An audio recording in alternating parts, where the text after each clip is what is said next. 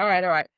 So without further ado, guys, thank you all for joining us tonight on this live. We are making it our priority to do this maybe once a month, if not more, to share the wealth of information on home buying and the ease of home buying. As long as we do everything we need to do up front, trust me, the ease down the line is a whole lot better. So like I said, I'm joined with Carlie McLeod with Fairway Mortgage. We work together, a great team we are. And so we want today to give you guys a real life scenario, take you through the home buying process, not just in front of y'all, just giving you information, but we want to show you on the screen as well a house that's on the market right now. And Carlie will go into any kind of down payment assistance programs that's available, any closing cost assistance programs that's available also, right? So Carlie, I think I gave her name, Sally Thomas is our client for today. Thompson. Sally Thompson. Sally. So Sally Thompson is a first-time home buyer, and she was online searching, and she found this house that she liked, and she reached out to Keneshia, and she said, "Hey, Keneshia, I'm interested in purchasing this home." Right, Carlie? And so I said, "Okay, Sally, that's great. First things first, Sally. There are two things I'll need to do with you, right? So, as your real estate agent, there's two things. First things first is I need to tell you about the buyer's representation agreement, which all agents throughout the whole United States, we must disclose this before we can do any kind of transaction with anyone, right? It's disclosing what my duties are as your real estate agent and that I will keep all your information confidential, as well as it gives you information on your do's and don'ts as a buyer as well, right? Once we get that document signed and I am now your real estate agent, guys, the next thing and most important thing is I'm going to get you over there to Carlie so she can get you guys pre-qualified, all right? Because without a pre-qualification, guys, I cannot take you out. Why? Because I don't know what house to sell you. I don't know what to bring you to. I need a dollar amount so I can go ahead and start looking for homes. So Carlie, what I can do is I can pull up that house if you'd like me to start there. And Sally came to you, Carlie, and she's interested. And what will you tell Sally and what information and documents will you be requiring from Sally? Yeah. So what we do is we sit down and we have a little conversation together. Doesn't have to be long. 15, 20 minutes is good. And we'll go over. So I'm the numbers person, right? So I'm getting you anything related to the house and what neighborhood you want to be in and what type of house. Those are all Keneshia questions. Anything related to money, closing costs, down payment, how much can I afford? That's where you come to the loan officer. So we'll have our first conversation. We'll go over kind of what your needs or your wants are. You can tell me if there's a firm monthly payment that you want to be under. We will talk about three big things, right? We will talk about your credit. And obviously, you might not know exactly what your credit is at that time, but get an idea of kind of where we are in a general spectrum. And when we do move forward, I can do a soft pull so it doesn't ding your credit. I'll ask about your credit. I'll ask about your income. So that is your job, whether you're a W-2 employee, whether you're retired and only on disability, Social Security, anything like that. And then the third thing that I'll ask about is what we call assets. So what is the money that you have available for closing? Is that something from your savings account? Is that something that you're going to take from your 401k? Are you getting a gift with family? Or do you need me as a loan officer to help you get something called down payment assistance, which is a fixed amount of money that will go towards your down payment and closing costs. And that's a big thing here in the state of Florida. We use it all the time. And it really helps. Even if you have the money, you can always still go down payment assistance route if you want. Just keeping in mind that most of the down payment assistance programs are not grants. They are money that you have to pay back at some point, but you usually don't have to think about that for a long time. A Then long time. once we do all that and we have that conversation, you do an application, I review it, and you just have to give me your documents to support everything that you've said in your application. So if you say you work at Target and you make $25 an hour, I will need a pay stub that says that, basically. If you say you have $25,000 in the bank that you've saved for down payment and closing costs, I will need a bank statement to see that. So anything that supports what you tell me in the application, basically what I'm going to request. I'm not looking at all this stuff to see your bank statements, where you eat at every day, how many times you've been to Chick-fil-A. I don't care about any of that. We're looking for large deposits that go into your bank account, anything weird that maybe wasn't disclosed on your application, things like that. So, and then once we have all those boxes checked, then I send you back to Kenesha with a pre-approval letter in hand, and that's when you start shopping. Yes, yes, yes, Carly. And so, in a nutshell, that's where we are. And so, my good friend Carly then says to me, "Hey, Kenesha, Sally has now been pre-qualified, right? You are good to go to start shopping." All right. So Sally and I are excited. So this home in particular, guys, that I said I wanted to show everyone, it's currently on the market and is listed for $440,000, right? So with this home, Carly, if someone wanted to use their VA home loan, right? We already know it's a 0% down payment for this loan, right? That's the current market interest rate. And we can go over this closer to the end, Carly, once I finish going through the process. But what I want to show these guys is, what do this look like? What do the scenario of purchasing this particular home look like using the VA loan, using the FHA loan, and also using the conventional loan? Because people are different and different people are going to use different type of loan, right? And so therefore, with the FHA loan, you're going to have a down payment of 3.5%. And then with the conventional loan, it could be anywhere from 5 to 25%, right? And so we'll give you the numbers with that, right? As well as also asked Carly to break down like the taxes, the estimated taxes. And the estimated insurance costs for there. So that way you have the escrow, which is your taxes and insurance, all with your principal also. So you get to see what a real life estimated monthly amount will be for a 440,000 home in Green Cove. So I have Sally's pre-approval in hand, guys. We then go out and view the home. So that's the next process. We go and view this home that Sally said that she's interested in. Sally said, "Yes, Kenesha, I do like this house and I want to move forward with an offer." What I do then is I do a market analysis on this property to make sure that, hey, let's make sure that we're going to go in with a fair offer as well as a strong offer. So that market analysis allows me to see what are the other homes in this neighborhood or this area is selling for, right? And so once we get to a good sales price that we want to offer to the seller, we go ahead and write up that contract, right? And so in that contract is many other things other than the price, guys. I know a lot of times we get fixated on the sales price, but you have inspection period, you have closing cost assistance that you can ask for. You can ask for your broker's commission in there. You can ask for the survey. It's other things you can ask for. If the seller is not willing to come down on the price, you'll see while we're negotiating, we may need to negotiate some other things outside of price, right? And so we make ourselves a great contract, and then I go ahead and I submit that over to the seller. Now, the seller has the opportunity to come back and counter your offer, or they can just totally reject it. Like, let's say we went in very low. 10 out of 10 times, most sellers may come back and say, "No, I don't even want to counter that offer," depending on how much in a bind they are and how quickly they need to get this home sold. Therefore, once we negotiate and we go back and forth with the seller, we have a bona fide deal. Okay, from there, many different parts start moving because your realtor is not the only person that's representing you in the transaction. You just dealt with Carly, like I said. So you have myself, you have Carly, you're going to have the title company as well, right? That's going to be hands-on once you go under contract. So do not be afraid. There are going to be a lot of hands there, right?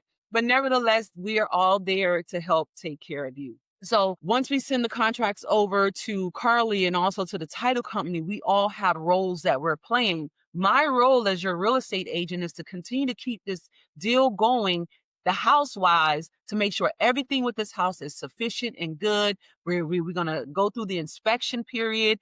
Typically, we ask for a 10-day inspection period, guys. And I would say take it and go ahead and do a home inspection because you've never lived in that house before, right? So you want to go ahead and get a professional to inspect this whole house for you and see if there's anything wrong. If we do find something wrong, guys, what we'll do is submit an addendum to the seller and we'll request them to fix these items. Now, the seller does not have to fix anything. You guys can negotiate back and forth, and the seller can say, "Hey, I will fix this, but I won't fix that." And that's during your negotiation period, right? But once you guys get to an agreed upon, the seller say they're going to repair this and that, then next thing you know, we're moving on to the next trend, to the next process, right? And the next process in the transaction is multiple things going, guys. I'm going to be telling you, go ahead and contact an insurance company, right? Because the insurance company needs to get the lender a quote, right?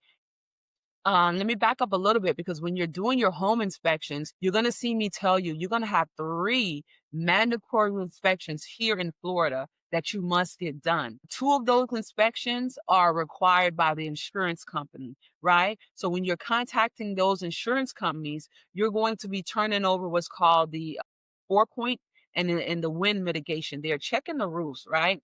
Because you know that we're in Florida and we do get some windstorms and some hurricanes. So they're making sure that your truss and your roof and everything is solid and won't get lifted away if we get some strong windstorms here, right? Moving right along from there, you go ahead and everything is good there. We are past that inspection phase. You're contacting the insurance companies, and then your lender, Carlie, is going to go ahead and move forward with ordering the appraisal for you guys, right?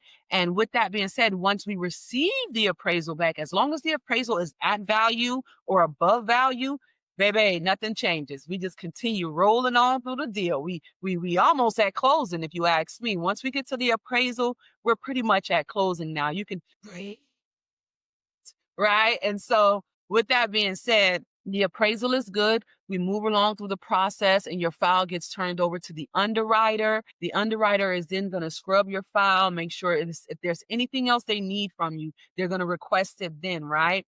And then they may go back and forth with some other information that they're requesting from you, because trust me, they're checking your credit, they're checking your life.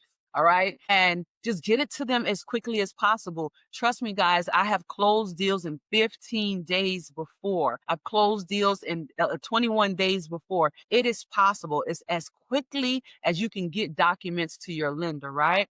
And then once we get through the underwriter, Carlie will let us all know we are clear to close. We're going to jump hooray. We're going to contact the title company. The title company is going to set that time for you to come and set up the time for your closing. You can either close at the title company, or if you're out of state, because I do work with a lot of people from out of state, don't you worry at all. We will get you a mobile notary wherever you are in the country, and get a mobile notary to you to go ahead and sign your closing documents, baby. Right? So that is the home buying process, taking you through with this particular house from the beginning to the end. And so what I'm going to do now is I'm going to let Carlie talk now on the lending side of this. Carlie, I'll unshare my screen so you can have the ability to show yours with your numbers, right? Here, sweet. But as you can see, we love this thing. We love it. I got my little ones in the background. You probably hear them. They're wild. Okay. Okay. So this is what we call a mortgage coach. So basically I use this as a digital presentation. So you get one of these from me once you are pre-qualified. So once we've kind of given you the green light to go shopping. So Okay. I'm going to show you how this works. So this is for Sally. So each column is a different loan option. So I've used the same address that we were looking at before, the 2283 Shady Breeze Lane. And I put that same purchase price here for all of them. So you can see that the loan amounts are different, all these, because they require different down payments. As you can see, if you've got the VA there, you see how it's the same? That means no down payment on that one. FHA loan has a 3.5% down payment. And a conventional loan has a 3% payment if you're a first-time home buyer, which I assume is probably most of the people on the call. If you are not a first-time home buyer, it's 5%. Now, just for consistency's sake, I've just put the same interest rate across all of these so we can kind of compare apples to apples. Honestly, probably your lowest interest rate is going to be on the VA loan typically, assuming decent credit. And your interest rate as well will also depend on if you do down payment assistance, then the state of Florida sets that rate. So we don't have any control over it. You can't, you might have heard of the process of buying down an interest rate. You can't do that with any sort of down payment assistance programs. So those are just set. They are what they are. This is a term of 360 months. That's 30 years. That's what almost everybody does for a loan. You technically can go less and you do usually get, if you're not doing down payment assistance, a better rate when you shrink the term. Now your monthly payment's going to go up, of course, because people want to keep that as low as possible. So that's why we're typically in a 30-year loan. So next piece is the payment here. So I have this highlighted, and this graph here shows you the difference between the different monthly payments. So You can see again, even though you put no down payment down on a VA loan, you're still getting the cheapest payment here. And I'll jump into Wow. why. But this is your payment and this is your cash to close. So this is the total number at this price point with not only your down payment, but also all of your closing costs that you would bring to the table if you were just not using down payment assistance and this was coming straight from either you or a gift or something we love called seller credit. All of that is awesome, and I'll kind of show you where that comes into play. But you can see again, because you don't have any down payment, that's why the VA option is again the better, the cheapest of all the options. That's why we love a VA loan. If you're Yeah. earned the right to use a VA loan, I almost always go this route unless there's something that prevents us specifically. Right. So I'm gonna then click here on the more info because this is gonna break down how we actually got to these two numbers for each of these loan types. So if we go here, this is what we're looking at. So this is how we get to your monthly payment. So again, same purchase price here. P&I stands for principal and interest. When we talk about a fixed rate loan, this is what we're talking about because the entire 30-year this loan, this will not change unless you sell the home, refinance it, whatever happens, this number does not change. You will be very sad to know that there's something called amortization that goes on with your monthly payments. Even though this number is always going to be this, in the very beginning, to make up this number, it's almost entirely interest. And then by the end of your 30 years, it's almost entirely principal. So they basically slowly Switch at it. each other. These banks Yeah. are going to get their money in the first few years of this loan, Yep, but that's you're good. probably not going to be in the home very long. That's why that exists. Let's just call it like it is, right? They're going to get their money Right. immediately. And that's why in the beginning you might only be paying $300 of interest of principal in this and $2,200 worth of interest. So that's why if Mhm. you were to set aside and say make one extra payment a year, make an extra $100 a month, something like that. That's why you significantly pay down your loan quicker if you go that route, which we love. This is the property tax on this home. You can see it's the same for each property. Now, Kanisha, I don't think this property had a homestead on it, which is Mhm. another lovely, wonderful, amazing thing that we love about the state of Florida. Right. Right. If this is your primary residence that you're buying in the state of Florida, you get something called a homestead exemption, which is $50,000 off the taxable value of the home, and it prevents your tax bill every year from growing by more than 3% a year. So if we do have a situation where COVID, we all saw how much home prices increased. They doubled by 50 to 100% in a lot of areas over 2 or 3 years. Yours can only increase by 3% every year. And the beauty of that is then your home is up here in value, but your tax bill is down here. Now you might say, Exactly. okay, so then I don't ever want to leave that house because then this difference in taxable value is just gone if I buy a new home. No, it's not. Florida has something else called portability within this whole homestead thing where this difference that you have, as long as you move to another primary residence in Florida, you take these tax savings to your next home. It's called That's portability good. and it applies as long as you stay in the state of Florida. You have 3 years to do so once you go to your new house. So all kinds of good stuff in that. That's where this number comes from. This could go down because I don't think there's a homestead exemption on it now. I put $150 worth of insurance on here. This is, we call it hazard insurance on here. It's homeowners insurance. It's what you're used to. Yeah. Um, I think because it's a newer home that this is reasonable. Anisha, what do you think? Right. No, Yeah, definitely.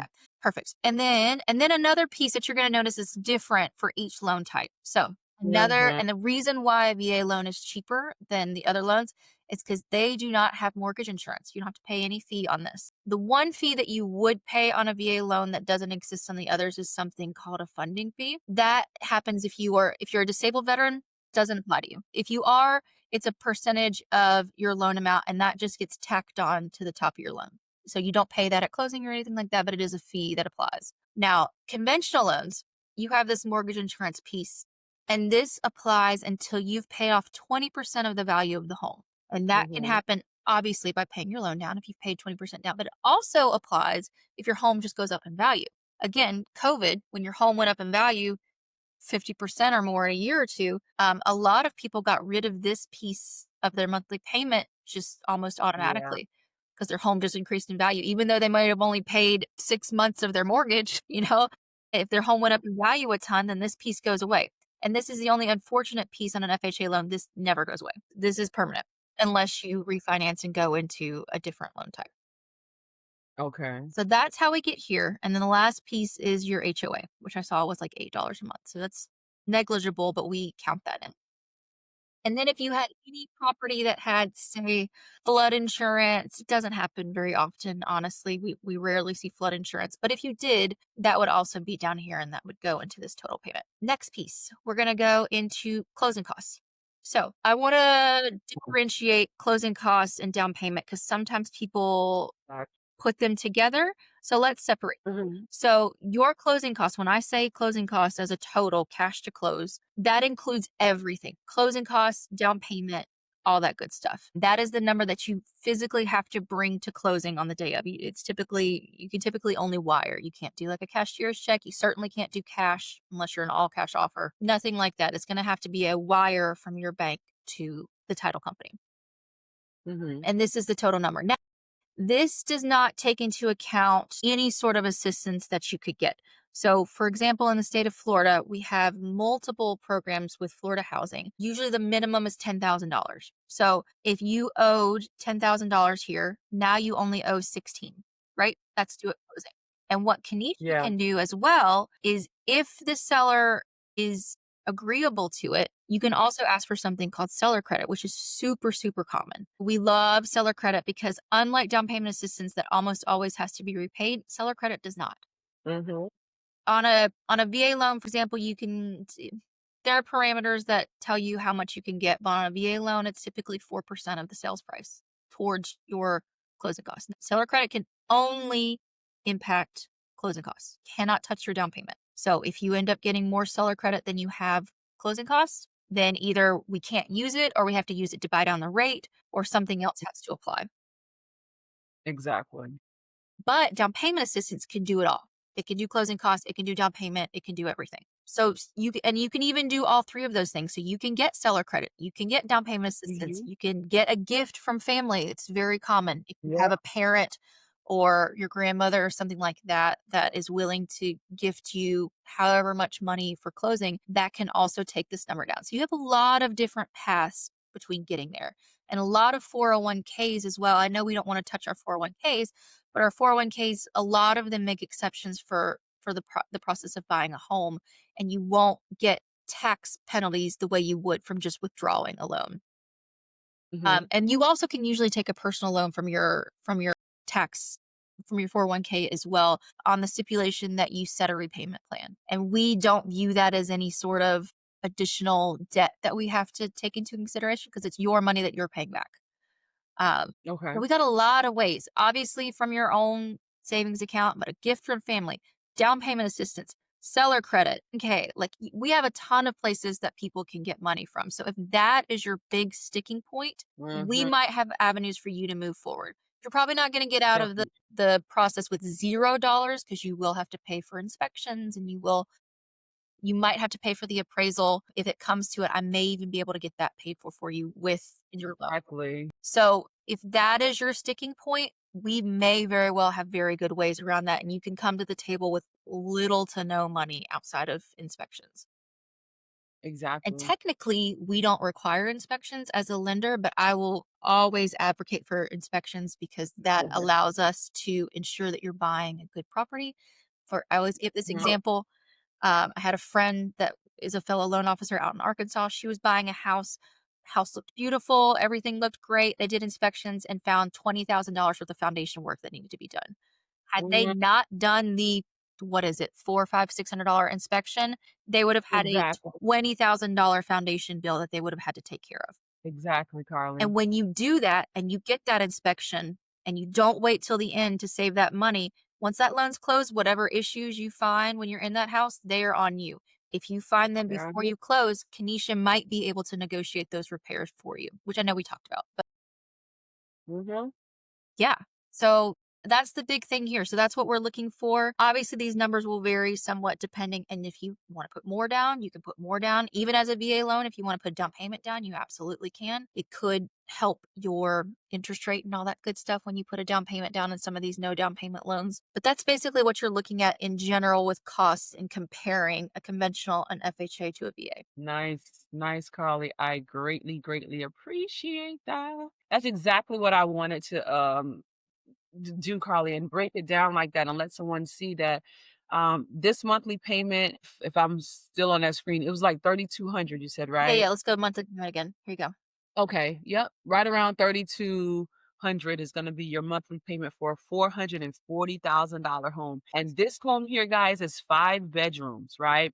It's 5 bedrooms, and it's 3 full baths, and it's 2,492, so call it about 2,500 square feet, is the size of this property, and like I said, it's in Green Cove. You have the new Highway 23, that comes from 10, and you can jump on the 23 and you're right down Mhm. there in the Middleburg, Green Cove area. And it's still going past that area now. They built that out going towards the St. John's area. So the commute is way better for you. So in the Green Cove area, guys, they're building and they're building and they're building. So right now, I would tell anybody this is the time to get down in the Green Cove area if you can, because as all the new construction gets done in a couple years, these houses is gonna be worth a whole lot more because 'cause they're not stopping anytime soon. They're building on the west side, they're building on the north side, they're building, we call it south. I will call it south, and that's Middleburg. They call the south side the west. Normally, I would call the east side west. I mean, the east side, where they call south side, I would call that the east side. They call that south side. But nevertheless, they're building all over. But this is the time I'll tell anybody to purchase. Interest rates are twinkling just a little bit Yeah. down and whatever, but the house prices is what you want to come after right now. So, although interest rates may be a little teetering, which I like to tell people before COVID, y'all, this was the interest rates, right? This were the interest rates. And so, with that being said, this is pretty much kind of normal. And but the house prices right now are kind of low, and I see them just ticking up. They're upticking and upticking. So if anyone is on the fence, we brought you guys one property now. We're going to bring you more properties as we come on these lives and go over the home buying process with you to show you that it's not as hard as you think it is. And it does not take a bank full of money to get this done. Carly, thank you so much for going over these Yeah. down payment and closing cost assistance, because I really, really think people think that they need to be rich in order to purchase a home. Yeah. I like to tell people, Carly, hey, if you can go rent a home, you can purchase a home, because 10 out of 10 times you got to put a deposit down. Mhm.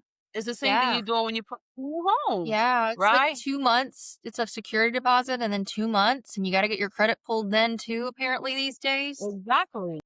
It's the So, same exact thing. yeah. The only difference is when you're purchasing now is gonna be your home, and you're gonna be building equity in that property. So Mhm. down the line, let's say you do decide to sell, right? Unlike when you're renting, when you do decide to sell, all that money you have paid towards mortgage and stuff like that, that has put down your principal. So therefore, you should have some equity in that property when you get ready to sell it a few years down the line, right? Unlike when you renting.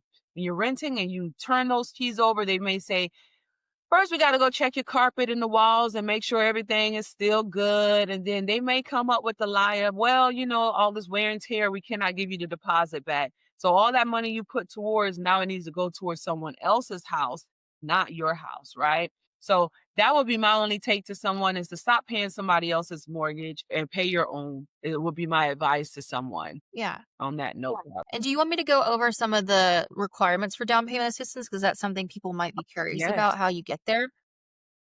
yes, definitely. Yeah. So in the state of Florida, you typically we have to be cognizant of three things. Typically, you have to be a first time home buyer. Your credit has to be a 640 or better. And if it's not now, we can do a soft pull and we can make you a credit plan to get there. And then there are income caps. So they're not going to give down payment assistance to somebody that makes $300,000 a year. Not that they need it, but they're not going to give it to them even if they wanted it. So, for example, a lot of the programs are somewhere around, if you're just by yourself, they're somewhere around the $100 to $120,000 in income a year. That is your cap, and that goes up if you're three people or more in a family. So, it's usually another $30,000 to $40,000 on top of whatever the income limit, and that varies county to county. They give you more leeway in Miami than they give you in Middleburg. Really?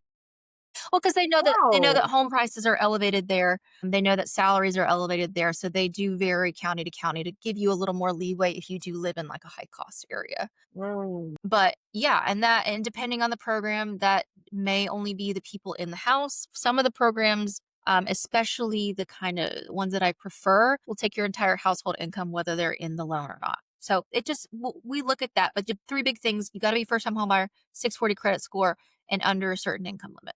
So, and if we okay. can check all three of those boxes, then it is basically usually $10,000, if not more, that sits as a silent second mortgage. You don't have any payment on it monthly. You won't even remember that you have it until you go to sell the home. And let's say you stood to make $100,000 on the sale of your home. Maybe you sell it 10 years from now.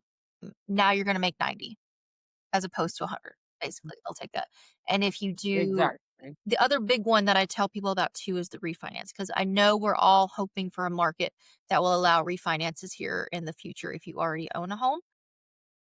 If you Mm-hmm. refinance as well, you would have to wrap that second loan into your new loan, because or pay it outright if you could. So that's really, in my mind, the only downside of a down payment assistance program is it's usually not free money. I think of it Mm-hmm. as a pay it forward type of thing. You get it to get you in the house. And then when you're settled and Right. either going to your next house or doing well enough to go ahead and refinance or whatever you want to do, now that money comes due so the next person can get in. So on and so forth, that it Yeah. replenishes itself every year. And if you're in That's Florida good. and you are one of our lovely people who are what we call a hometown hero, we love these because these have the lowest interest rates of all the Florida housing products. You do have to be a certain job occupation though, and you do have to be currently full time. So the only negative of this is if you are a disabled veteran that only works off your disability, you would have to have a full time Mm-hmm. job. And I hate it for that. But everything else, you have to be a full-time employee by whatever your employer says is full-time. Some people that's 40 hours, some people that's 35 hours, some people that's 30. Whatever the case is for your employer, as long as you're deemed full-time, and you are at a brick and mortar location in Florida. You can't work for Amazon out of California in Florida and consider your employer to be in Florida. It's based, they're trying to keep everything in-house. So the jobs are Yeah. things that you probably would have guessed: teachers, daycare workers, doctors, Mm-hmm. nurses, police officers, military, obviously. Am I missing any big categories? And it includes hospital staff and stuff too, because I know that can be a big Yeah. chunk of the population. So you don't have to be just a doctor to qualify. You could be the receptionist in the doctor's office, things like that. Those also qualify. That's good. ABA therapists, all of these sorts of things qualify. So if you think that you meet all those requirements, we'll put our contact info up and we can verify that you would qualify. But even if you don't qualify for Hometown Heroes, you may still qualify for the other Florida housing options. Okay. That's awesome. And I don't know if you're able to see the video that's Yeah, it's swinging through beautiful. here, Carly. It is a beautiful home. Like I said, it's 5 bedrooms. And I don't think people will really understand that you can purchase this home with little to no money down on this home. As we're saying, there are down payment assistance programs available, guys, for this home. You would pretty much come in putting down your binder. Your binder can be about $1,000. You'll have your home inspections. Like I say, you have required home inspections on any resale home. The insurance company requires the 4 point and the wind mitigation, and then the lender requires the WDO PES or the VA. I should say the VA requires the WDO PES inspection, and that's only required for the VA home loan. Okay, so the other loans do not require the WDO, just the VA home loan, right? And Carly, one person had a question. They said, when you're pre-qualified, does the amount depend on how much you make?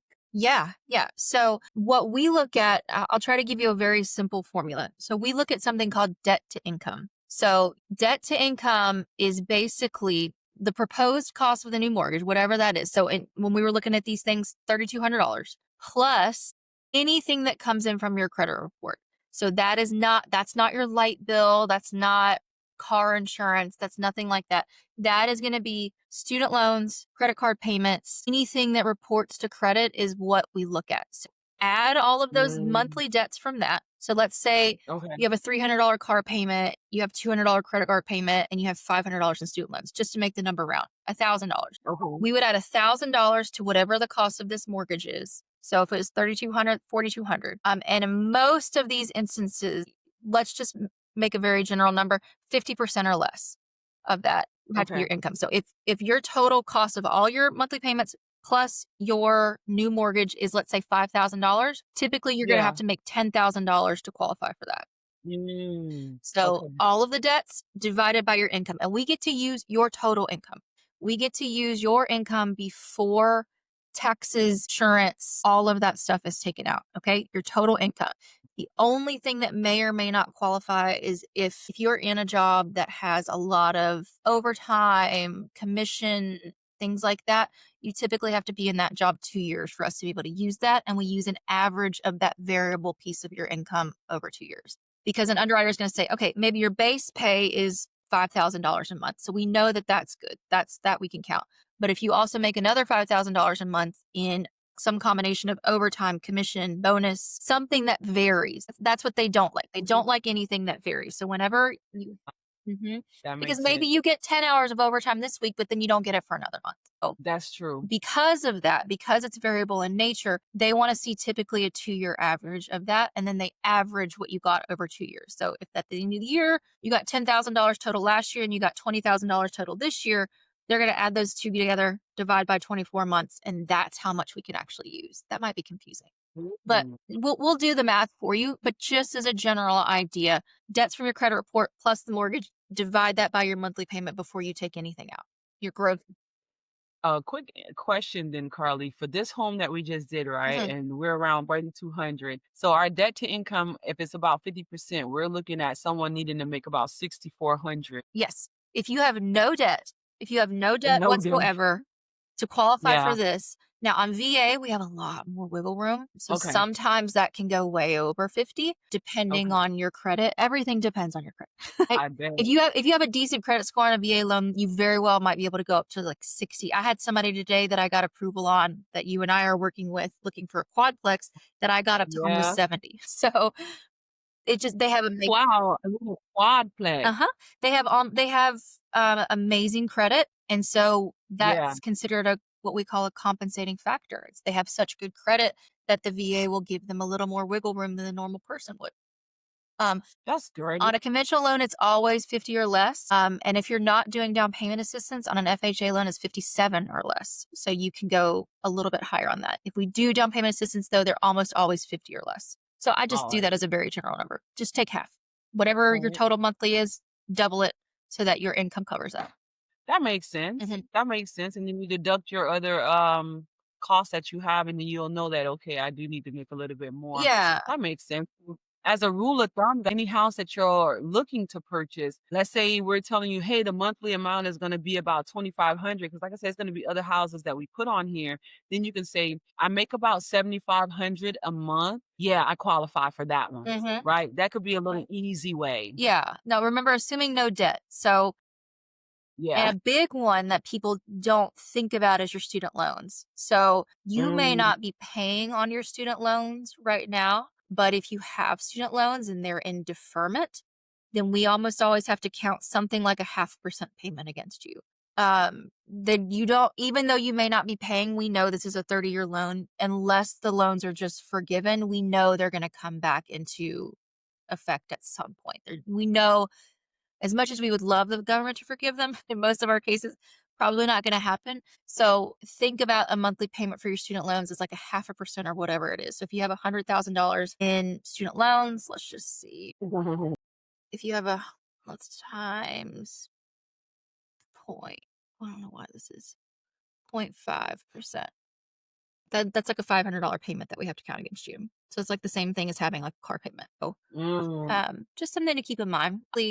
Um, obviously, there's more nuance to it than that, but in very general. And if you go to my website, carliemcleod.com, there is a mortgage calculator for this, so you can kind of play with this on your own. If you don't feel ready to actually step in the ring yet, you can play. Just scroll down to the bottom of the page, go below the application, all that good stuff, and it'll let you calculate that for yourself as well. Nice. And Carly, we have another question Mhm. here. I've answered it, but I want you to answer it also. For a first-time home buyer, what loan will be better if I cannot do the VA loan? And I put FHA, but I'll let you It's a let hard them know. question, and it's why I do one of these. because Okay. I would compare it for you and we would talk about it. It's just going to depend, right? Because if we're not doing down payment assistance, which has the rate varies between what we call a government loan, which is VA, FHA, USDA. If you're not doing one of Uh, those, a conventional interest rate is different. So we would be comparing your interest rate. Typically, if you have good credit, lot depends. Typically, if you have good credit, you're probably going to be more likely to go conventional. If you have lower credit, let's say sub 700 or something, not that that's bad credit, but just knowing the interest rates without down payment assistance, your interest rate is probably better in all things with FHA. So, and especially if you're, now this might not be anybody on these calls because again, this is first time home buyer, but conventional is the only one that you can buy a second home or an investment property with. So if you are in the market for that at all, let's say you already own a home and you just want to, or you were inherited a home or whatever the case is and you want to buy a second home, you're going to have to be in a conventional loan for that. And honestly, I do put a lot of people in an FHA loan because their rates are really competitive. And remember that yeah. debt to income piece we talked about earlier? If your numbers are That part. tight, FHA can go up to 57 as opposed to 50. So especially if there's a home that you love and we're just over DTI on conventional, then we might throw in an FHA. Nothing here is permanent though. If rates come down and you were in an FHA and you want to be in a conventional, because remember that mortgage insurance piece that goes away on a conventional loan, maybe you Hmm. refinance in 5 years into a conventional loan and get rid of that. Maybe you get a lower interest rate and get rid of your mortgage insurance and you're saving Yeah, $400 a month or something. This is exactly. not permanent. But what I will create you a mortgage coach like this so that you can compare and contrast and see where the different fees are for each. And then I'll give you the power to go. Another thing that you might want to take into consideration as well, even if I qualify you for one or the other, right? You go shopping Right. and there's a home that has some inspection related issues. Some issues came up on inspection. Let's say something like this came up recently with me, wood rot. The home has some wood rot. A conventional loan might be a better option for you then because the appraisal is much more lenient on a lot of these inspection related things than an FHA. At FHA, they might flag it and say, hey, this has to be fixed before closing. And if the seller's not willing to fix it and you're not willing to fix it, then maybe it doesn't work. So Exactly. there's a lot of factors that go into it, and we'll compare and contrast and see what fits. And then ultimately what fits best for the home, because that may change as well. And you can change. Even if I qualify you for an FHA, if we've got to go conventional, that may be an option. We just have to talk about it. Right. And then two questions I had. One, before I ask this question that this person is asking, is for contractors, like, independent contractors, those who are business owners, what documents they need to present when they're purchasing? Yeah. Yeah. So when you're somebody that, let's say you're self-employed, maybe you own your own business type of thing, independent 1099, all of this kind of stuff. Typically that falls into that 2-year bucket where we have to see your income for 2 years. On most of these Mm, things, I'm going to need to see tax returns, and what you've declared on your tax returns is what I can use as your income. Now, here's a warning. If this is you, if you're self-employed, especially, and we're going to have to look at your tax returns. You need to keep that in mind when you go to file your taxes in the coming years. Because if you're telling the IRS that you make no money so that you can have a nice low tax bill, I totally get that. We all want to pay the least amount of money that we can in taxes as possible. But if you tell the IRS that you don't make any money, then I look at your mortgage application and I see that you don't make any money. You may make a lot of money, but if you don't declare it, that's what we have to use. So you may be in a bit of a catch situation where you go, okay, I need some tax planning kind of going into this because I need to declare more income if I'm going to want to qualify for the house that I want. So sometimes that can trip you up, honestly. So 1099s will need the 1099 and we'll need at least 2 years of that. Self-employed, we're going to need your taxes. That's a great question. The rate goes up and down with the market. Um, mhm. and what the market anticipates is going to happen. Unfortunately, in general, when the market gets worse, so think of the Fed like gas and brakes on a vehicle. If the economy's Okay. doing really, really well and we're trucking along, everybody's buying, things look great, the Fed has no reason to put lower interest rates on because everything's going great. People are buying, people are selling, Yeah. everything's happy go lucky.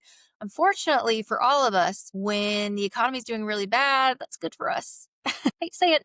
Um, Yeah. but because that's signaling to the Fed, if nobody is able to borrow money, they see that people aren't borrowing money, people can't afford to borrow money, then they put the brakes on interest rates and say, "Hey, we got to lower these so that more people have access to borrow money." Yeah. So just think of it like a car like that, like gas and brakes. What I will tell you is we never know. People predict and they do the best that they can. We're currently projecting two more cuts to the Fed funds rate this year. We're projecting one. One would be at the end of October. There's currently like a 90% chance that that'll happen. That is a 25 basis cut that they're expecting, which is like a quarter point. Hmm.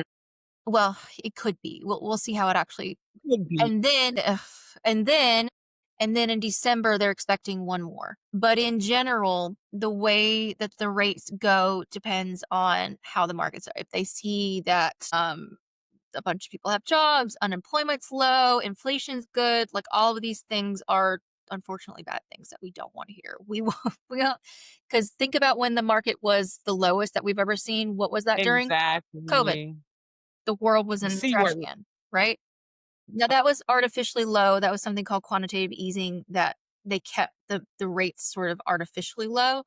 But we are hopeful that we're trending down in rates. And if you ever want to see, hey, Tanisha, I'll share. Mhm. Let me share and I'll show you kind of what this looks like. Sure. I'm going to share my screen just so you can kind of go to this place. This is basically what I look at, and you can kind of get an idea of where. Here, I'll kind of show you what we look at so you get an idea. Now, is that working? Yeah, here you Mhm. go. Mhm. And please ignore the 10,000 tabs that I have open at all times.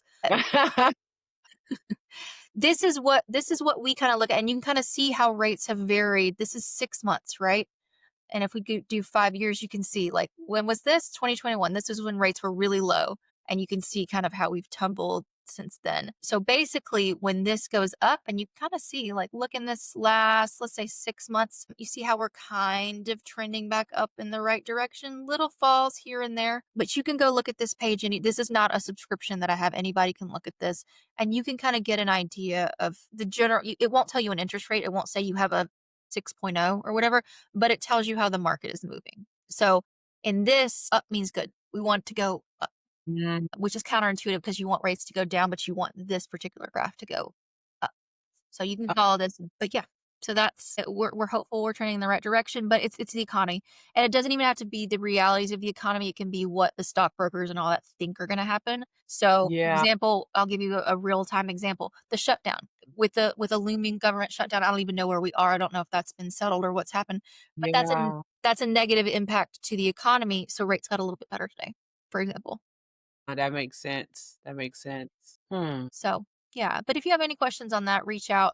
The Fed funds rate is not a direct impact on your interest rate, but they tend to follow each other. They tend to go in the same direction. So, yeah, hope that makes sense. And what interest rate you ultimately get is also a combination of a lot of factors. It can be a combination of a big one is your credit score. Typically, with a better credit score, you get a better interest rate.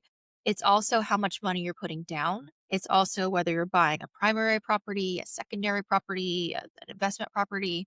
It's also in some cases your debt to income. If you have a really low debt to income, it can be helpful. If you're buying a manufactured home as opposed to a single family home, a mobile home, you get a little bit worse interest rate on a mobile home. But there's like 40 some factors that affect it, so it's hard to quote anybody an interest rate. But when you go through the pre-qualification part, that's when I can quote you what your interest rate would be that day. That Mhm. may change the next day. It often does, Right. but just so you have an idea of factors that influence it. Goodness. Awesome. Good stuff, Carly. Good stuff. And I love that you brought this out to show us how Mhm. these rates has been fluctuating and playing with us. Yeah. Yeah, I don't remember what happened on this. That's actually my daughter's birthday. I don't remember. Good. That was Memorial Day. So I don't know if the Oh, yeah. So that just means the day there was a lot of change in one day. If this candlestick is really big like that, that means there's a lot of change. But you can see the overall trend of it. And if you do, like a 5-year trend like that, you can see how it's fluctuated. This is Carlie's information here, and then there I And go.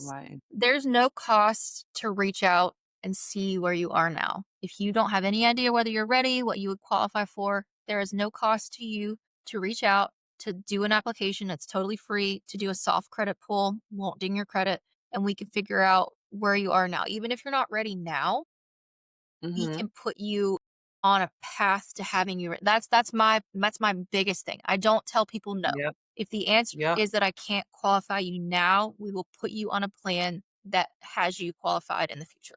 Okay? Mm-hmm. Mm-hmm. So everybody is qualifiable as long as you do the steps to get there, basically. Exactly. You said that right, Cully. Everybody is qualified with the amount of work that you put in a sense. It's possible. I've had people who worked 2 years on their credit and boom, after they finished what they needed to do, they got into a house. And it wasn't just any kind of house. I've gotten somebody in a 350. I've gotten people in $400,000 homes. So it's not that you can't afford it. Sometimes it's just that your credit is just needs some work. Yeah. And what I love about Carly is she's able to do a soft pull and not detriment or damage your credit even further. So that soft pull, she's able to go in and see, hey, what is this kind of looking like, and give you some information on what you can do to fix it. Carly, one thing before we go off, a lot of people like to try and fix their credit on their own.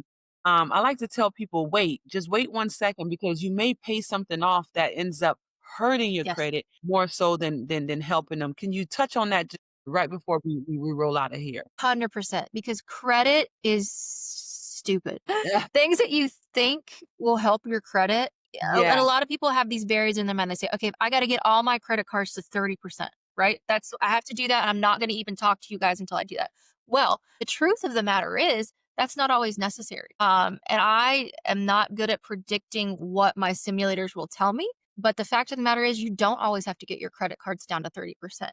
You don't always have to pay a ton down. Sometimes just getting it down to like 70% or something does wonders, or just getting that one card down under a certain threshold. I think it's unwise to go about credit blindly, because the truth of the Mhm. matter is you do something and then you wait 30 days to see what it does. Okay, did it help or it hurt? Yeah. Okay, now we're 30 days down the line and maybe it helped, maybe it didn't.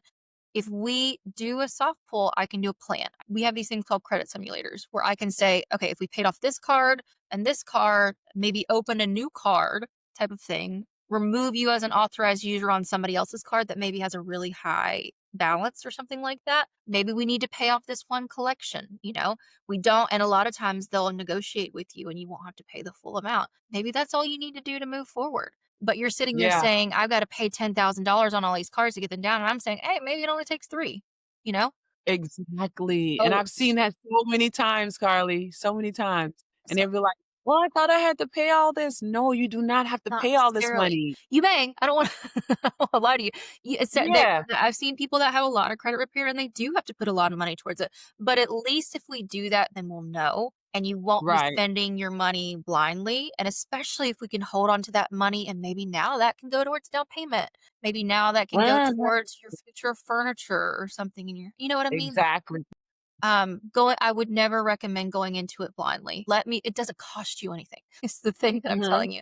If we have to do major credit repair, we can always send you out to a partner that I work with called UQual that does like, I think their plans are like $100 a month to be on constant monitoring and stuff like that. But most people don't need that. Most people are at like a 570 and I need to get them over to 600, something like that. Right, right. And that's usually not as involved as people tend to think. So don't go blindly. Let's put together an actual plan. Mhm. And I like that, because that's what it is, Carly. Let's not do it blindly, y'all, Don't spend your because money. a lot of you are scared to purchase a home, and let me tell you, it's because you don't know. And that's it. The fear of not knowing is what is crippling a lot of people from purchasing. But if you get with us, we run the numbers for you like we say we're gonna do, and you know this ahead of time, then what are you scared of? Yeah, and it's What are you free. scared of? It's free. I don't know if people think putting in a mortgage application costs something. It doesn't. Yeah. And whatever you put in your mortgage application is also not set in stone. Like if we Okay. get into the process and you change jobs, we want to talk about it. I need to know if you're going to change jobs Right. because that can impact what you do and don't qualify for. But Mhm. it's entirely possible if you're going from a salaried job to a salaried job, there's typically no issue with that.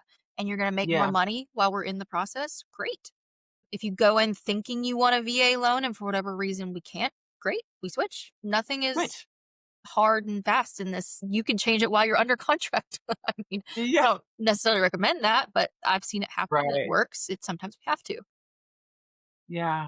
So there's really no harm in starting the process and seeing where you land. And even if you're not going to be ready until next year or something like that, fine. Mhm. Now you know. Now you know what you need to do, and now you know how to get ready. Exactly. Exactly, Carly. So, hey guys, get off the fence. Yeah, and Get that's the off other the thing. fence. That's the other thing. People ask, "Is now a right time to buy?" And what I will tell you is, Yeah. "Are you ready? Are you ready to move forward?" That's the right time to buy.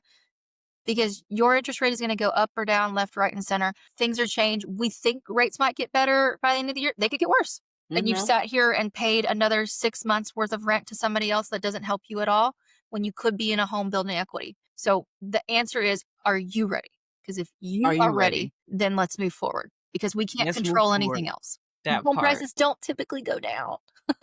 So you wait 2 years from now, that same home that you would have bought this year is probably going to cost more. So It is. typically. It is. Historically. Historically, you might have a small dip here or there, but that line goes that way. It does, and it continues to grow. Well, I think we've done enough for tonight, Carly, and I really love the scenario base. I Yeah, I really like do, and that. it's very That's helpful. meaningful. Yeah, yeah. So we'll do this again. Let's get together. Let's see what date in October works Yeah. best for us, and let's bless these people. Yeah, we tend to do, like, once a month. I'm trying to think. This time next month would be Halloween, so people probably won't be doing that then. So maybe, like, Mm. the first week in November or something like that, we can do another one. We tend to do Tuesdays, so unless everybody Yeah. gives us feedback that this day is bad, which I assume if you're on Mm-hmm. here, this day is not bad for you. Please. But if Exactly. give us feedback if you want this to be on a Saturday or something like that, or if tonight's church night, whatever the case is, then let Right. us know and we can always at least do one on a different day and see if Yeah. people gravitate. So, yeah. Definitely. Well, you guys had our contact information, Mhm. Carly. I'll put it up one Oh, last one more time. time as we're exiting here. And let me get it up. Here's our contact information here. Once again, guys, reach out to either one of us. We can both help you. Carly is the loan officer, and I'm the real estate agent here. And so we are a team here, guys, and you have us backing you and helping you. So just reach out to us, and we'll gladly help you with this home buying process. All right. So till next time, guys, till next time, we'll do this again. All righty. So Carly, thank you. Thank Yes, you, honey, of course. for coming on this again. Oh, Always great. Always great. hi. All right. Well, good night. Good night. Got to go eat. I know, right? There we go. Bye, girl. Bye bye.